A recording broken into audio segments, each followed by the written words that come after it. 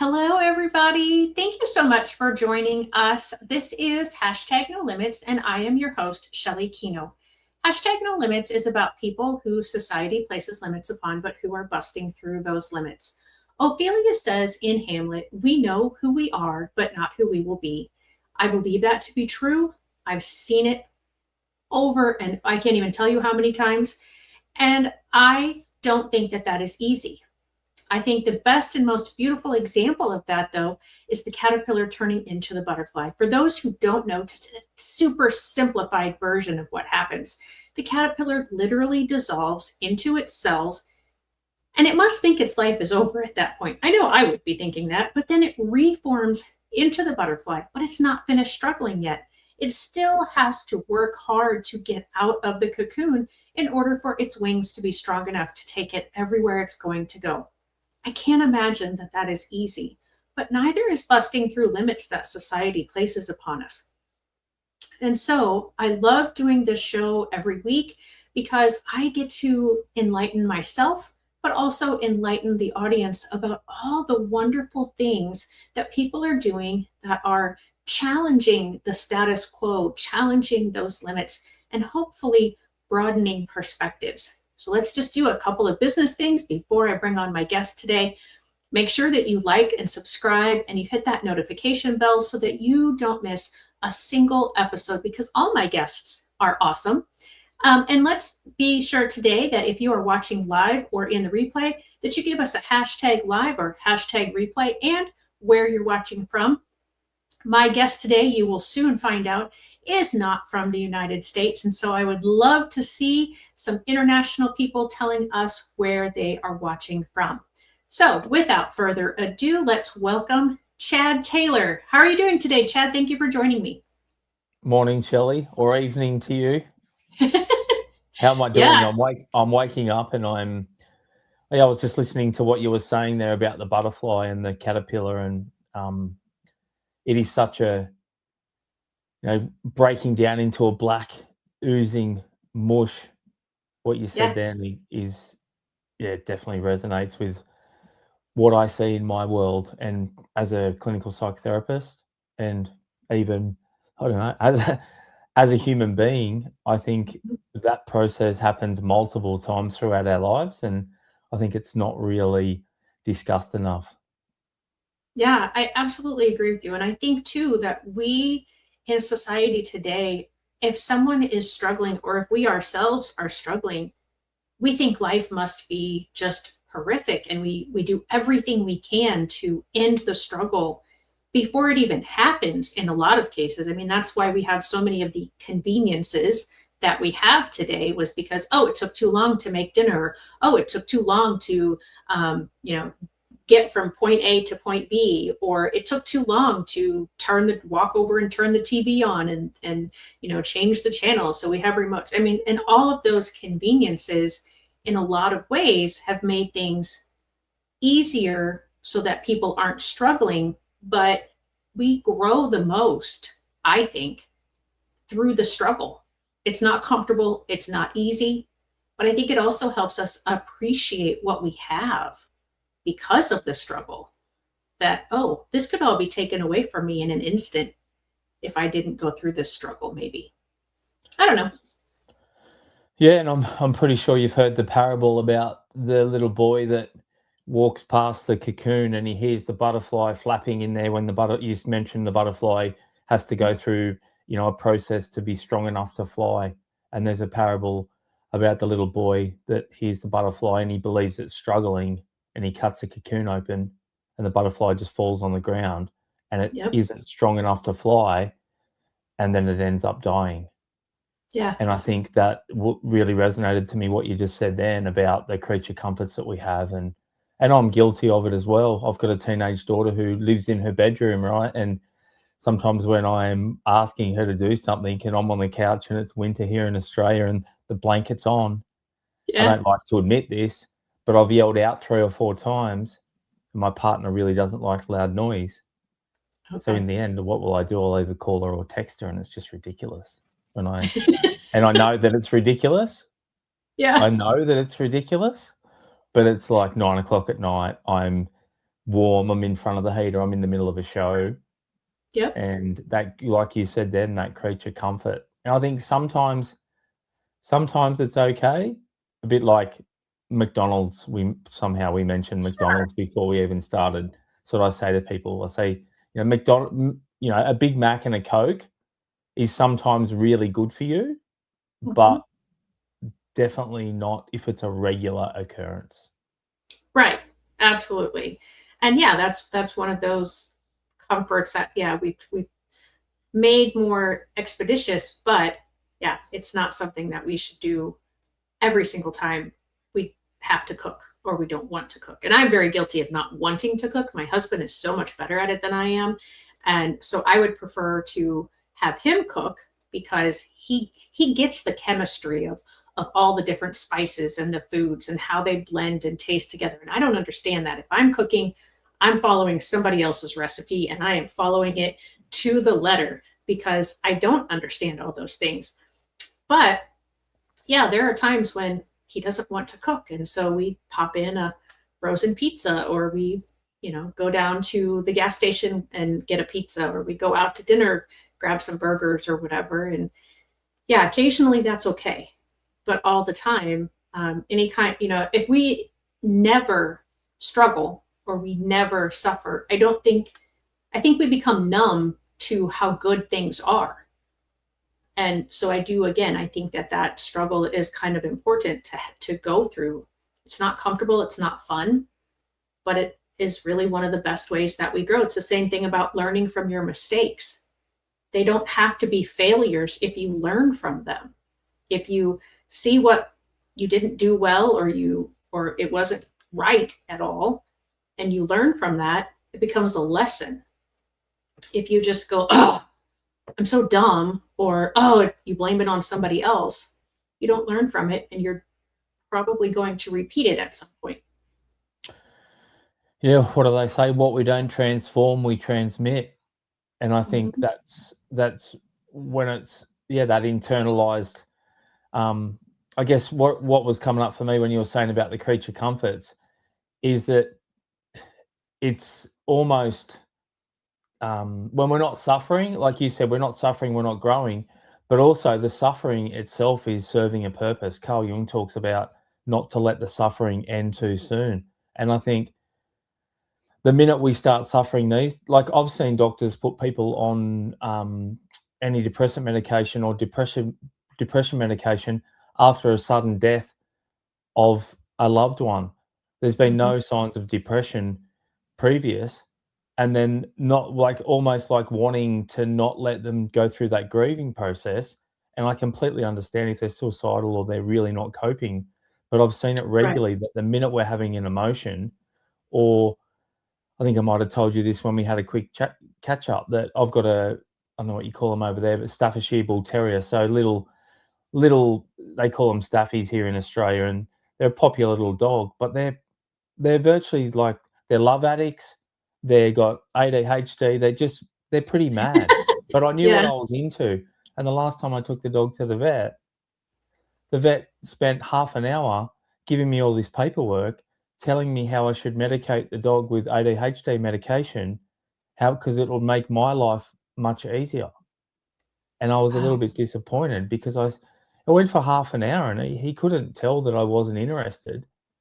And I Yeah. sort of said in the end, as a psychotherapist, I don't believe that we should medicate the behavior out of everything so that we feel okay. Because that's what he was all about. It wasn't about the dog's feelings or the dog will Right. be better. It will be easier for you to manage him.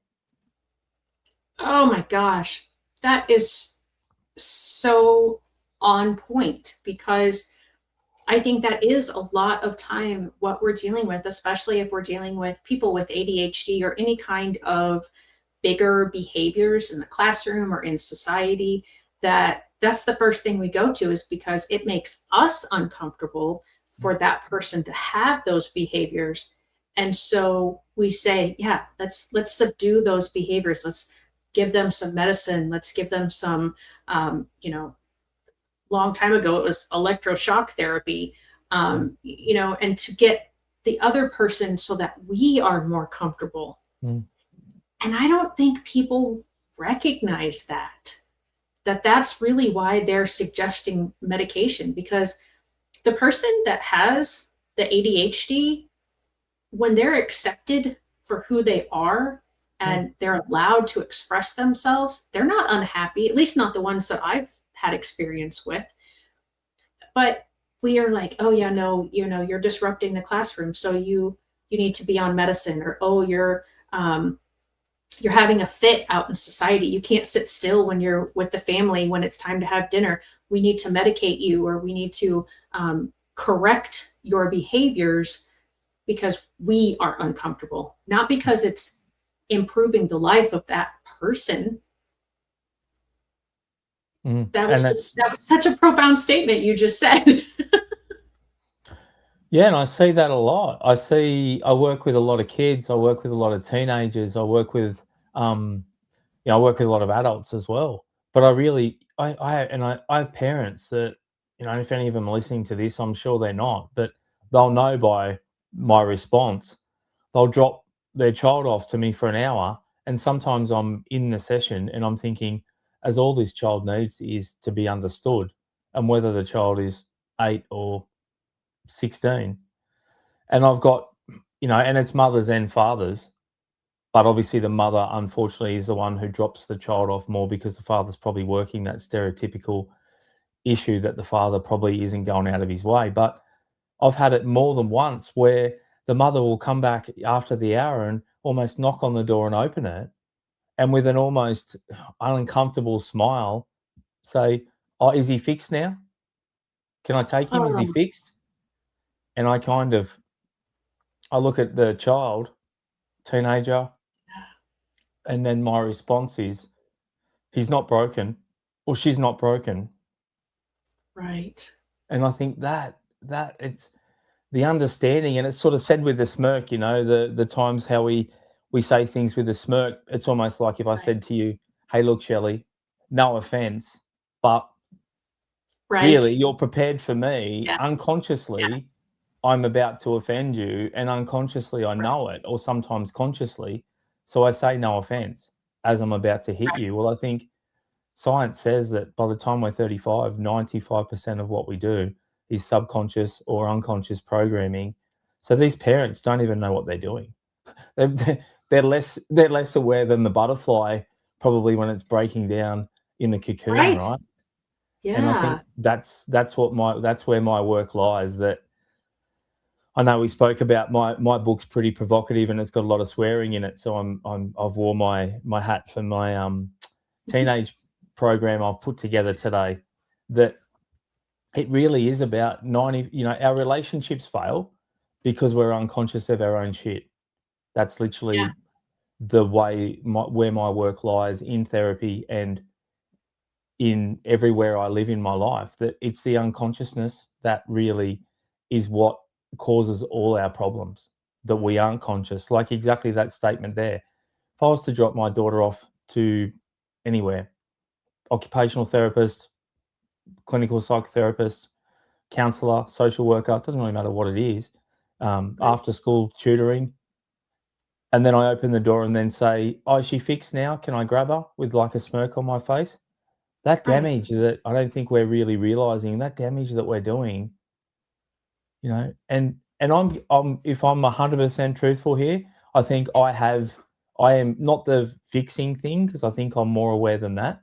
But I think one thing that I did with my daughter, that I've really had to work on was her anxiety really takes over in places, and it was really hard work for me as a single father. And I think sometimes I would say things like, "Oh, look, just down the road's parents don't have to deal with this." And again, because if I'm 100% truthful, I think it was because it was making my life so stressful that I wanted her to conform, and not realizing the damage that problem. And we've had conversations around this since, because she even said, as a 13-year-old kid, "I don't care what Jess down the road does. I'm not Yeah. Jess." And for me to hear that was like, yeah, was a yeah, you can probably see there I'm speechless. It was hard to hear, But I could do two things right there. I can either fight it and argue why she can't speak like that to me, or I can accept that maybe what I'm doing is actually having an effect on her and I've got to modify my behavior. I think that's what a lot of parents aren't getting, that we have to listen to our kids. All behavior is communication. Doesn't matter what the behavior is. There's a level, whether it's conscious or unconscious, there's a level of communication from all behavior, whether it's anxiety, whether it's ADHD, whether it doesn't really matter what it is, acting out, uh, bullying, violent behavior. All behavior is communication. And I'm pretty sure if we all learnt that, I think we're more worried about other things than we are about understanding A, ourselves, and B, what's going on for other people, especially our kids.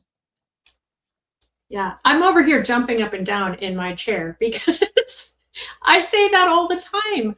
All behavior is communication. And we normally, if we say things like behavior, we think of it in a negative term, but it's truly all behavior. Mm, Me talking with my hands, I'm excited. mm, That's the more excited I get, the more I talk with my hands. You taking that sip of your coffee, it's because it's super early in the morning and you're still trying to wake up there in Australia. So it is truly all behavior. It's our values, and then our values, how they're expressed. It's our cognitive biases and how those biases come out. And everybody has cognitive biases, and a lot of those biases are very helpful, but some of them are not. And mm, I 100% agree with you that knowing ourselves, knowing what our triggers are, knowing that the behavior is also, as well as being communication, it's not personal. If I'm lashing out at you, it's not personal to you, it's truly personal to me, because I'm communicating without words, or I should say with words, but also in other ways, that I'm going through something, I'm upset about something. I may not even know myself what it is that is coming out with that lashing out at you, what it is that's upsetting me. But that's not a typical, most people don't walk around lashing out constantly. So something has irritated me in a way, whether that's cognitive dissonance of, okay, well, I thought this, but now I'm being presented with this information and they don't really blend well together. And I don't like that, but I don't know how to address that. So I'm just going to lash out. mm. And so all behavior is communication, and then don't take it personally. And I think if we can get those 2 points across to the world, our world would be such a better place, because we become less reactive at that point and more understanding of, okay, I have to be proactive now in how I'm responding versus reacting to how you're responding. I'm proactively going, okay, it's not personal, it's communication. What is being communicated? What is happening with that person that they are behaving in this way right now? Yeah, and I think I love what you just said then, because we are running around believing that all our problems come from an external source. All our problems come from somebody else. And that's why the name of my book, you can probably see it in the background there. It's you, OF, it's me. And the reason I've written it like that is because pointing that finger, and a lot of the times we're pointing that finger unconsciously and not knowing that 7%, you would know this being a teacher, and I'm sure Yeah. that the level of communication, 7% is what we're saying. The Mhm. spoken word is 7%. Another 20 odd percent is our tone of voice. So whether I'm I'm pretty passionate. I probably should have been an American, right? You guys, I think, get misconstrued with being arrogant, and I think a lot of it's passion. And so 20% is our tone of voice, and then the other 73%, or I think it's more 65, but Either way, the majority of our communication is exactly this, what you said before, where I'm moving in my chair. Am I looking at you? Am I moving my hands? And then when we're all running around like this, right, to our kids, Mhm. we wonder why, there's no moving our hands around, there's no animation. So we've already lost 63 or 65% of our communication by having one of these things in our hand or Yes. texting each other. Texting each other. So text, really, if we text each other, it means we're getting 7% of whatever we're saying because we're losing the body language and we're losing the tone of voice. And I think that there is changing this communication. And I think, and then we blame the kids for not really having an understanding and it's not, people probably hear this and they think, I'm not responsible for this. Like we're all not responsible, right? But we all are responsible.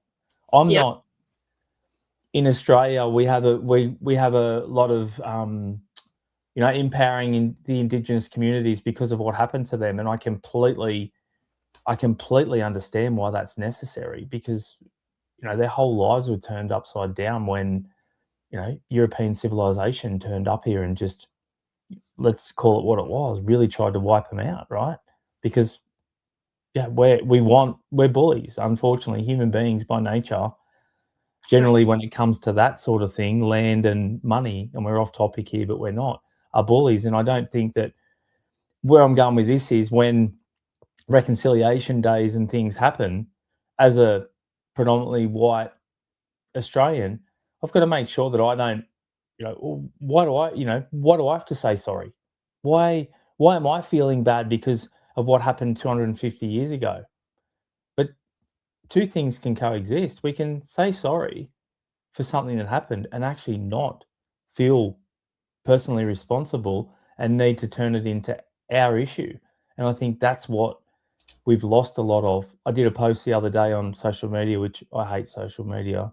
So if everybody could just join my groups and buy my book and connect with me, listen to my podcast, and I don't have to go on social media again, that'd be Yeah. great. But I put a post on there virtually saying people still aren't getting the point that our partners' request for change doesn't isn't asking us to change ourselves. It's asking us to change the behaviors that are having effect on the relationship. When our partners or ask us to change, and I know this is predominantly about children as a teacher, but I'm going back to the kids as well. I think letting them know that when I ask you to change what you're doing, darling, it's not that I don't love you as a person. It's just the behavior may need to be modified at the moment, right? And I think it's those things. Brene Brown's thing of shame is I am a bad person. Right. And even moving that to guilt is I did a bad thing. I think that we don't understand that when we make the child the problem, when we make the personality the problem, it turns it into almost shame, which is I am a bad thing, not I behaved a bad way. And I think that's a big thing that we need to communicate when a child mucks up or does something that, my next book's going to be called It's Them, OF, It's Us. And it's going to be the parenting version of what I've written. And it'll be a bit blunt, might not be for your audience, but there'll be a lot of swearing in it. But it really is that when the kids are doing what we want them to do, they're perfect, right? They couldn't be better Yeah. kids. When they're doing what they want to do, I won't say the word that I'm thinking of, but it's a, it's a word that is definitely isn't harmonious and isn't in line with that they're great. Right. Yeah. Yeah. And I do. So appreciate what you are saying because it absolutely aligns with what I taught my students. I, as a special education teacher, had the students who were the most severe in the district usually. And that was my choice. That was the field that I went into. And I would always start telling the kids when they would start to have some of these behaviors, as soon as I would get them, you are not your behaviors. You as a person are valuable. You're worthy. You are loved. You are amazing. you have some behaviors that I don't really care for, though. So let's work together on those behaviors. Let's figure out why you're having those behaviors that I don't like and that society doesn't like. And let's see if we can find some replacement things that you can get a need met that is not being met by you showing these behaviors.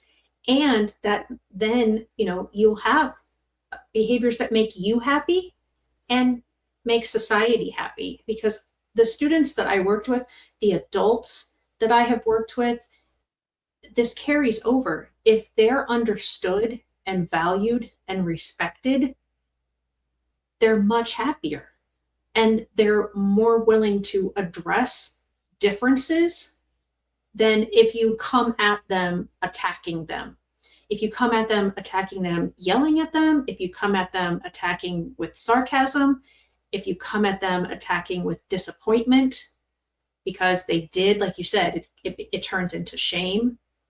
But if we come in and we say, okay, I see you're struggling. How can I help you in this struggle? Or let's work together to get you out of this struggle. Or if you come into a new situation with someone and you say, I wonder what's happened to this person that they're behaving this way. That will change your perspective of how your mind is going to think about the situation. If you come into that same situation and go, what the H is wrong with this person? That's a very different mindset approach than coming in and saying, I wonder what happened to this person that they think it's okay to behave this way, or that they do behave this, whatever it is. So yeah, I mean, you are 100% speaking my language. And I'm so thrilled about that, to know that it's not just here in America, that the behavior is communication and that the person is not their behaviors. I'm so thankful to hear that, at least in Australia, at least in your realm, that message is coming out too. I think, yeah, and I'm so glad for the kids, right? It's good for us to hear Yeah. that, but it's even better for the upcoming generation that Right. I'm not going to say, this isn't like I'm more evolved than anybody, but I don't think that many people are making it a passion, right? For me, it's definitely a passion that I have because I want the world to be a better place. I think my responsibility, I've had all the toys and race cars and fancy houses, and I've had all those sorts of things, and haven't really brought me any as much satisfaction as doing this kind of work. I haven't got those things because I was lucky. I got those things because I came pretty obsessed with work. But I guess where I'm going with that is my primary purpose right now in life is to evolve, and I think leave the world a better place than what it was. And I don't think many people subscribe to that, because by nature we're selfish and self-centered, and that's just life, and it comes back to survival instincts. All our problems, and you'd be surprised how much, especially even from 8 years up, kids get this whole, and obviously I leave the sex thing out of it when they're that young, but Right. all our problems come back to those three main instincts: sex, security, and social instinct. Those three things there can be summed up for all our problems. And I think, and I'm running a group in schools at the moment, year 9 over here, so I don't know what that would equate to, maybe anywhere from 13 to 15. The younger end would be 13, the older end would be 15 or 16 if they've repeated. And Yeah. I'm really So going through and doing little versions of the brain and showing them that when you act out, the problem is the prefrontal cortex, or I just call it the front brain for them. I draw on my board. It's a pretty simplified version of the brain, because I think the more simple, if we can take a big topic, any of us take a big topic and break it down and make it really simple and almost talk to a 5-year-old with it, I think we probably understand that topic. I think when we can't break it down and give a dumbed down version of it to the population, I think there's probably more work to be done. But I guess a lot of my work lies around working out practices, or even starting to learn when you're unregulated and when this Dan Siegel and these guys do a lot of this flipping your lid sort of stuff, that Right. when that prefrontal cortex is offline or the front brain's offline and you're back in that middle brain, you're doing virtually three things, right? Fight, flight, freeze, and it's affecting either your social instinct, sexual instinct, Yep. or your security instinct. Well, in little kids, obviously the sex instinct really isn't there, but definitely that social instinct of trying to remain in the middle of the herd when you're feeling maybe an outcast. You want to get back into the middle of the herd because that's where safety is. If the animals are crossing a river and there's alligators in the river, well, the safest place to be is right in the middle of the herd. And I think that's our instinct that we don't talk about enough. That the reason we act out a lot of the time is we want people to like us because we want to be in the middle of the herd. And if we're a bit different, I don't think we really understand what is actually happening for us. And then the other one being security, and they sort of co-align that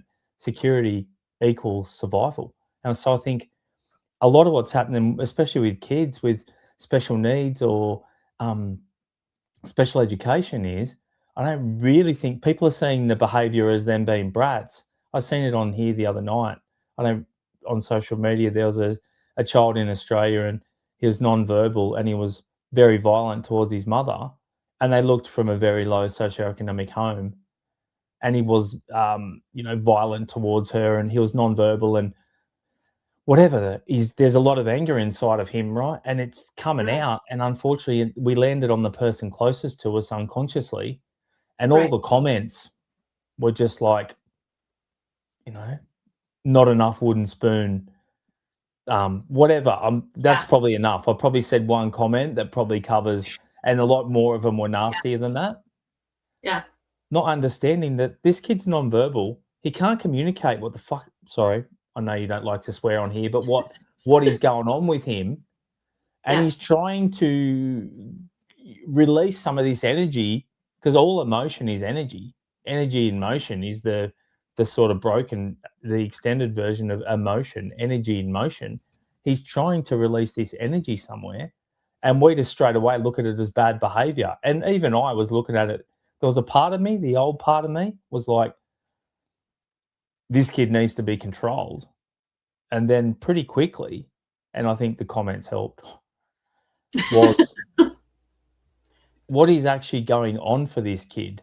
But he was very violent towards his mum, and over here we've got the NDIS, the National Disability Insurance Scheme, and I don't know how it works in the States, but the government, if you've got a disability, could be intellectual, it could be physical. The government, if you meet the requirements, they will give you a certain amount of money for the year, and then you can use practitioners. Like I do a lot of work under the NDIS with therapeutic supports, counselling supports. That anyway, the government is cracking down here, and they're removing a lot of supports at the moment, and that's what this post was about. That the mother was so overwhelmed and so, like I said, low socioeconomic area. There's no way she could afford to pay to get him help, Yeah. and she couldn't control him. I guess there was no father figure in the home, by the story. Just really sad, right? But it's easy for us to Yeah. judge that and just go, good or bad. That's like our mindset, right? These Yeah. days, good or bad. Yep. That's one of those cognitive biases, and we see this brief, and most people on most social media posts spend less than 10 seconds and then they make their judgment. How in the world can you make a valid judgment in less than 10 seconds about a situation like that? And even I'm with you. I'm not a huge fan of social media. I probably wouldn't even be on most social media if it wasn't for having my podcast and my business and those types of things, because there is so much of it that is negative and divisive. And people will take something like that snippet of a video, a snippet of a whole day in the life or a whole year in the life of that person and her child, and pinpoint the worst moment, and then make their snap judgment about their entire life. And that's really a lot of what I'm trying to combat with having hashtag no limits, is stop placing limits on the limited bit of information about a person that you have. You don't know what's possible. You don't know what the potential of that person is. And if you close their ceiling way down here instead of giving them that opportunity to grow, we're losing out. And I really do think, at least here in the United States, and it sounds maybe the same there in Australia, we're losing out on so much potential that it's very disheartening to me. And I want people to, and I'm just like you. I'm sitting there. I was listening to you a few minutes ago, and I'm thinking, okay, we are like really the opposite, or like not the opposite, but we are um, the opposite. What am I trying to say? Like you're on the other side of the world from me. You're a man, I'm a woman. But outside of those two things, like so much of what you're saying, and you've agreed with a lot of what I've said, like we are very, very similar in how we believe. And I also want to make the world a better place, one student at a time. Because if we can open up all the doors and support the children and teach them, but also we have to help the parents, because a lot of our parents were, well, we got to discipline that behavior out of you. And so that's what they're trying to do now. And for a large population of people, that doesn't work because it's not a defiance issue. It's a regulation issue, as you mentioned. So talk to me about some, because I have loved this conversation. But I want to, focus on your book, and you talked a little bit about it and the groups that you have. So talk to me about your book, what inspired the book, what the book is about, and then I'll be putting up your website, which I presume is where they can access your book. Okay. Yeah, it's on Amazon as well, but yeah, definitely. Okay. Yep. So I guess my journey was this not confronting for me, but just thinking I was a different kid. Like I was hard work. I was overly sensitive. I was definitely feeling function dominant. I come into a world where I wasn't the son that my father wanted. In other words, he wanted someone that was tough and would go out hunting and killing and doing all these things. And that wasn't me. I came into the world super sensitive, super connected, I think. I don't mean that as in I'm better than anybody else, but there was something going on for me that was a bit different. I don't know if it was the chaos of the house and the alcoholism and the craziness, but I was definitely a different kid, and I wasn't the child that he wanted, right? And that's the truth. Because I remember once, I think I might have told you this, and I'm okay telling my story here because if it helps somebody else and they go, "Oh wow, that was me," or "I felt like that as a kid." Like I can remember he took me hunting once when I was about 6 with a bunch of his mates, and I cried, shooting animals, and I cried for Yeah. a day and a half, and mum had to come and pick me up, and then he didn't speak to me for weeks after or months after because I brought shame on him. Like, what a sook. All the other sons were just killing shit and enjoying it, and for me, I was so tapped into that rabbit, even though I know now cognitively they're a pest and all that. When I was there and I'm killing this being for no reason, I just couldn't make sense of it as a kid, where most other people, like, I really felt I overfelt. And I think for me, what happened was many instances like this, like I play rugby league over here, which is football. Mhm. You probably know what it is, but Yeah. and I'd tackle someone hard, and then I'd almost stop and make sure they were okay. And my teammates would be yelling at me, and you don't do that. You don't. I won't use the words again they used, but you don't do that. Like it's. I was Right. just overly sensitive, and I think that I came in probably feeling function dominant, and I came into a thinking function world is the way I describe it. We've we've lost in the last 150 years, especially the last 100, we've lost the ability to deal with feeling function dominant people. And so what we do is instead of communicating with them, we force them to become thinking function dominant people. And I think a lot of the problems are that. So this is a long story of how I got to there. So then I started medicating myself, obviously with food when I was younger, Mhm. these emotions away, and then with alcohol, more alcohol than drugs. But so my journey was at 22, I was in a drug and alcohol rehabilitation center, not having any idea that I was burning my life to the ground. Like, if you had to put me on a lie detector, I probably would have said, yeah, things needed to change a bit. But the totality of how I was burning my life to the ground, I was suicidal. I was just really unwell mentally, spiritually, and physically, and couldn't see it. And then I ended up in a drug and alcohol rehabilitation center, and my life changed. Right, my life changed. To this day, a day at a time. I haven't had a drink. I'm 47 now, so it's been 25 years. I'm sober over Congratulations. half my physical life, and I put a lot of effort into my sobriety. I'll like this afternoon here, I'll run a study group at my house for free for people who are in Alcoholics Anonymous who are trying to get sober, or we work through like the 12-step program. We do that at my house with my partner, and um, off topic but on topic. So where does my work come from? A big proponent of Alcoholics Anonymous is that it's one alcoholic helping another, that we give back. We almost his catchphrase of to keep it, you've got to give it away. And I think that has been, I've probably, if I'm truthful, I've probably given more books away than I've sold. And my partner and like close friends of that are like, this is not a good business model.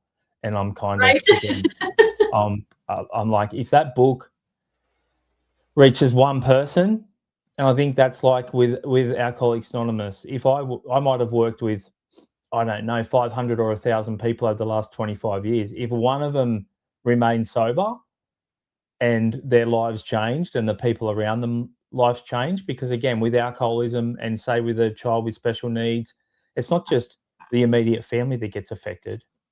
It's I couldn't tell you exactly the statistics, and even if it was a statistics, it's just an average.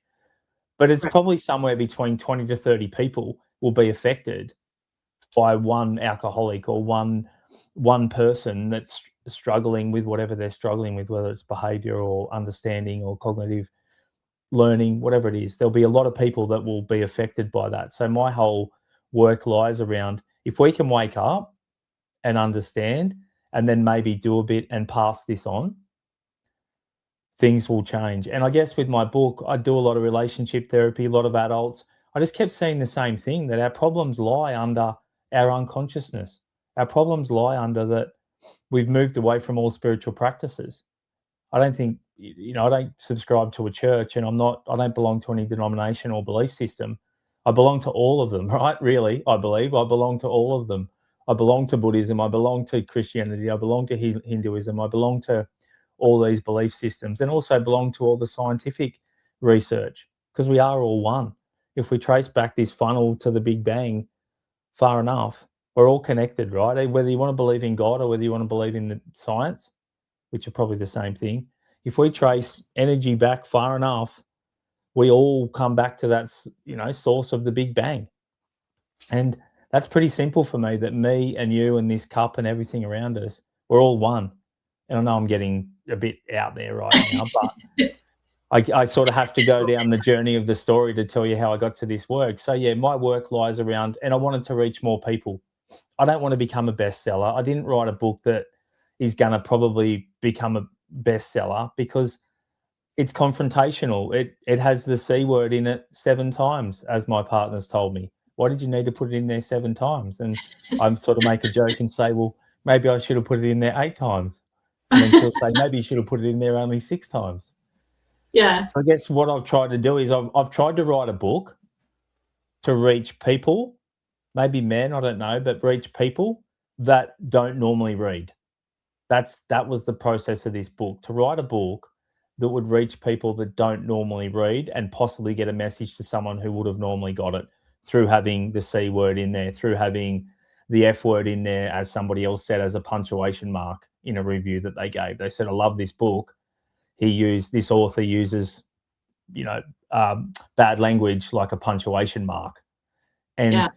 But I've just had over here, we've got a group It's funded by Anglicare and Services, called Men's Behaviour Change, and I worked in it for a short period of time. And it's a hard job with men that have perpetrated severe domestic violence.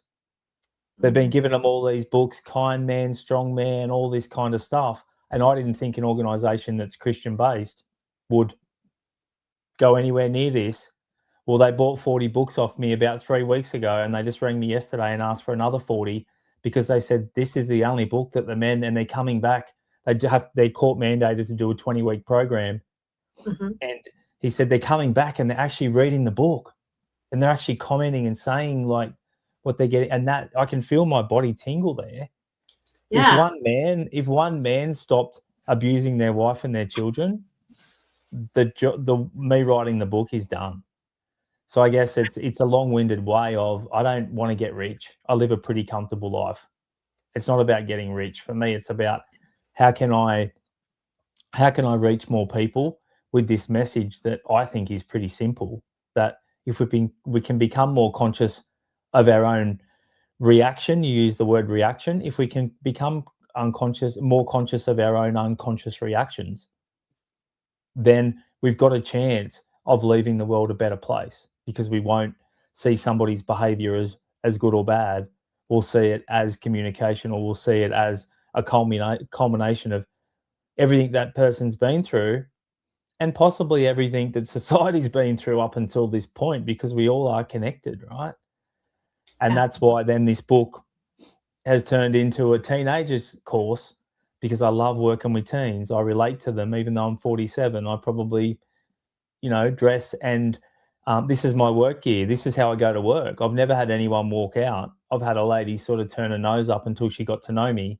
But I'll go to work in my hoodies and in my flip-flops in summer, and in bare feet sometimes in summer, and I wear a hat every day. And this is I try and what I'm trying to model is being you is okay. Yes. And if people don't accept you for you, that's okay as well. But if they're judging you on your appearance, or on how you dress, or on that you swear, like, it would have been confronting for you to for me to come on here at the start, like seeing my work, how I look, we're two completely opposite, like you said, but we are so much the same. And I think Yeah. if we can remove those judgments that have kept us safe. Yeah, so coming back to it, and then so the book got written in 3.5 weeks on a holiday. I knew it was there. People ask me how long did it take to write, and funny, I'm looking at the time and it says live 47, and I say 47 years. It took 47 years to write, but really it took 3.5 weeks. It just flowed out of me. And that's why I'm not that fussed if it breaks even or I get my money back. I printed 2,500 books of my own money, and I'm sending them out to schools, and I'm giving them to people here and there. I try and, within reason, give one book away every day just to somebody I meet in the street. I carry one in my backpack. And so, yeah, my work lies around hopefully trying to make the world a better place, and seeing that I've got enough. Like, I live in my opinion, I live in the best place in the world. I live on the south coast of New South Wales in Australia. I'm about 5 minutes to the beach. Yeah, I don't overlook the beach, and a house on the hill overlooking the ocean might be a bit better, but also then it would be a lot windier, right? There's a lot of Right. downsides. I could see the There's pros ocean, and cons.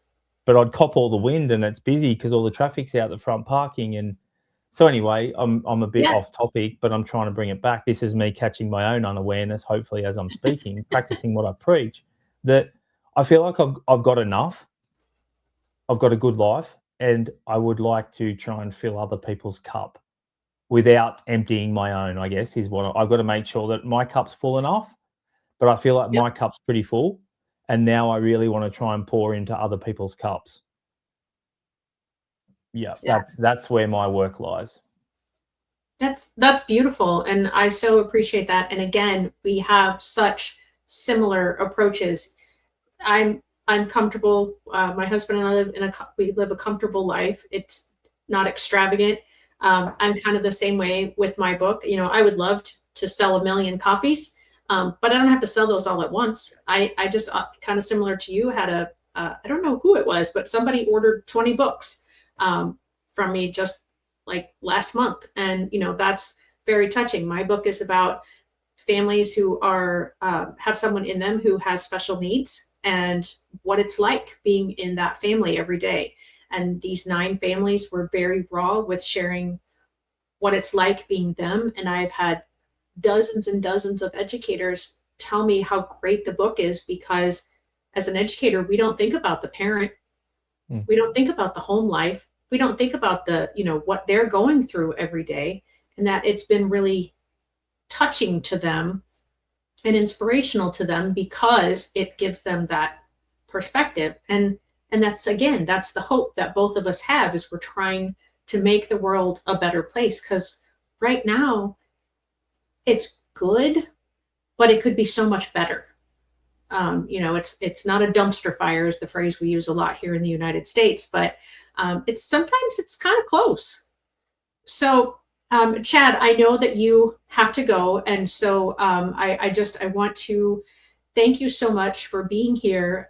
You told me that you would offer my audience one free first chapter of the book, and so how would they go about getting that from you? And I've just, after having this conversation, I was pretty late when I wrote that. I'll probably just give them the whole book. They can have the audio book and the ebook for free, but just pay it forward to somebody else. Buy them a coffee. If you've got my book through here, I'll give it to you for free, the audio book and the ebook. Just buy someone a coffee or pay it forward somewhere. Just come to my website and then just send me an email, and I'll just forward you a link to my Shopify store, or send me an email directly. I can see it on the screen there, and I'll just send you over the book, the audio book and the ebook. And just, as all I ask is just pay it forward, do something for somebody else, and the world will be a better place. Yeah. And for those of you who are just listening in the audio only podcast version, that email for him is Chad Taylor Psychotherapy @gmail.com. That's ChadTaylorPsychotherapy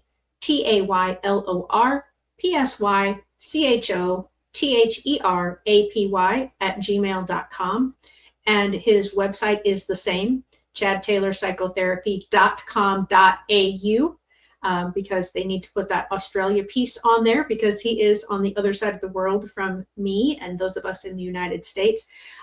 Very briefly, I know you've got to go. So maybe if there's anything that we haven't discussed, or that you have any final parting thoughts or words, go ahead and share that with my audience now, please.